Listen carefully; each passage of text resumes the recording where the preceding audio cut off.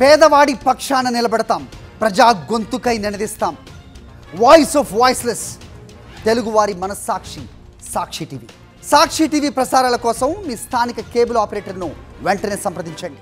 రాజధానికి భూములు ఇచ్చిన వారికి ఏ న్యాయం చేశారని ప్రభుత్వంపై మండిపడుతున్నారు రైతులు. రాజధాని విస్తరణలో భాగంగా 2వ విడత భూములు సమీకరించడానికి ప్రభుత్వం గ్రామ సభలు ఏర్పాటు చేస్తుంది. ఈ సభల్లో రైతులు, అధికారులు, ప్రజాప్రతినిధులను నిలదీస్తున్నారు. భూములు ఇచ్చే ప్రసక్తే లేదని మొహం మీదే రైతులు తేల్చి చెప్తున్నారు. రాజధాని నిర్మాణానికి సంబంధించి అదనంగా మరో 45,000 ఎకరాలకు పైగా భూములు సమీకరించాలని ప్రభుత్వం ఆలోచన చేసింది.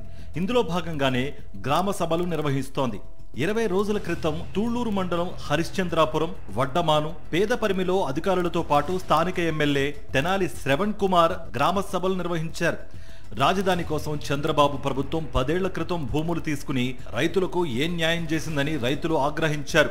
ముందు తీసుకున్న భూములకు సంబంధించి రైతులకు ఇవ్వాల్సిన రిటర్నబుల్ ప్లాట్లు అభివృద్ధి చేసి ఇచ్చిన తర్వాత అప్పుడు తమ వద్దకు రావాలని రైతులు తేల్చి చెప్పారు.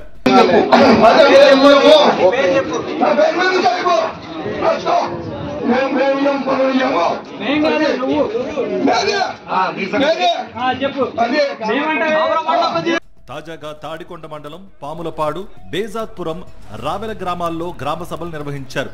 బేజాత్పురంలో రైతులు కొంతమంది తాము రాజధాని విస్తరణకు భూములు ఇవ్వలేమని సిఆర్డీఏ అధికారులు ఎమ్మెల్యే శ్రవణ్ కుమార్ కు తేల్చి చెప్పేశారు.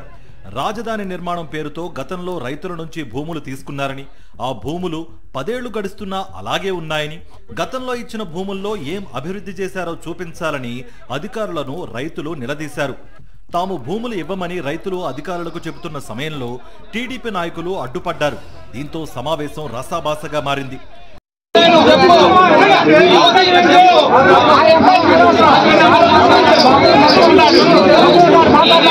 బేజాత్పురం గ్రామ సభ ముగిసిన వెంటనే పక్కనే ఉన్న రావెలలో అధికారులు గ్రామ సభ నిర్వహించారు. రావెలలో కూడా దాదాపు ఇదే పరిస్థితి. గతంలో రాజధానికి భూములు తీసుకునే సమయంలో రైతులకు అరచేతిలో స్వర్గం చూపించారు.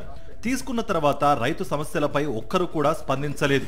కనీసం అభివృద్ధి చేసిన ప్లాట్లు కూడా తిరిగి ఇవ్వలేదు. అలాంటప్పుడు రాజధాని విస్తరణకు భూములు ఎందుకు ఇవ్వాలని అధికారులను రైతులు నిలదీశారు. గ్రామంలో అంతా సన్న చిన్నకారు రైతులేనని, తరతరాలుగా ఆ భూములనే నమ్ముకుని బతుకుతున్నామని, అలాంటి భూములను రాజధాని విస్తరణ కోసమని ప్రభుత్వానికి ఇచ్చి తాము రోడ్డున పడలేమన్నారు. రాజధాని విస్తరణకు భూములు ఇవ్వలేమని గ్రామంలోని రైతులంతా ఎమ్మెల్యేకు వినతిపత్రం ఇవ్వడంతో ఆయన షాక్ తిన్నారు.